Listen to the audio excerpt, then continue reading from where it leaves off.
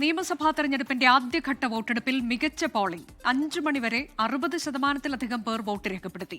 ഉപമുഖ്യമന്ത്രിയും BJP നേതാവുമായ വിജയകുമാർ സിൻഹയുടെ വാഹനവ്യൂഹത്തിനു നേരെ കല്ലേറുണ്ടായി.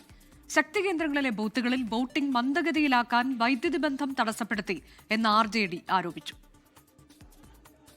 രാവിലെ സമാധാനപരമായി മുന്നേറിയ വോട്ടെടുപ്പിനിടയിൽ ഉച്ചയോടെയാണ് അക്രമ സംഭവങ്ങൾ റിപ്പോർട്ട് ചെയ്തു തുടങ്ങിയത്. തന്റെ മണ്ഡലമായ ലഖിസറായിലെ ഒരു പോളിംഗ് ബൂത്തിലേക്ക് വരികയായിരുന്ന വിജയകുമാർ സിൻഹയുടെ വാഹനം ഒരു സംഘം തടയുകയായിരുന്നു. തിരികെ പോകണമെന്ന് മുദ്രാവാക്യം വിളിച്ചു വന്നവർ ചെരുപ്പും കല്ലും വാഹനത്തിന് നേരെ എറിഞ്ഞു. RJD പ്രവർത്തകരാണ് സംഭവത്തിന് പിന്നിലെന്നും അധികാരത്തിലെത്തിയാൽ ബുൾഡോസർ പ്രയോഗിക്കുമെന്നും വിജയകുമാർ സിൻഹ ഭീഷണി മുഴക്കി. ശക്തി കേന്ദ്രങ്ങളിലെ ബൂത്തുകളിൽ പോളിംഗ് മന്ദഗതിയിലാക്കാൻ വൈദ്യുത ബന്ധം തടസ്സപ്പെടുത്തിയെന്ന RJD ആരോപണം തെരഞ്ഞെടുപ്പ് കമ്മീഷൻ നിഷേധിച്ചു. തോൽവി സമ്മതിച്ചതുകൊണ്ടാണ് രാഹുൽ ഗാന്ധി വോട്ട് തിരിമറി ആരോപിച്ചതെന്ന BJP വാദത്തിന് KC വേണുഗോപാൽ മറുപടി പറഞ്ഞു.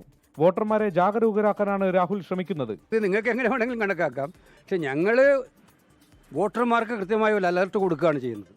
ശബ്ദിക്കാതിരിക്കുക, ഭയപ്പെട്ടിരിക്കുക, ഇതാണോ ചെയ്യേണ്ടത്?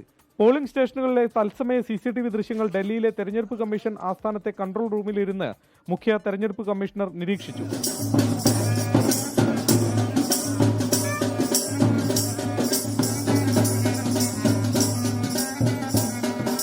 Malaysia, Indonesia, Colombia, France, Belgium തുടങ്ങിയ രാജ്യങ്ങളിലെ തെരഞ്ഞെടുപ്പ് ചുമതലയുള്ള പ്രതിനിധികൾ പോളിംഗ് സ്റ്റേഷനുകളിലേക്ക് എത്തി.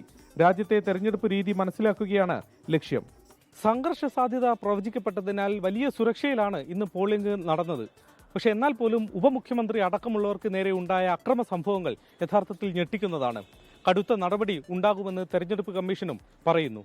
പട്നയിൽ നിന്നും വരുൺ വടശ്ശേരിക്കൊപ്പം ശ്രീനാഥ് ചന്ദ്രൻ, 24.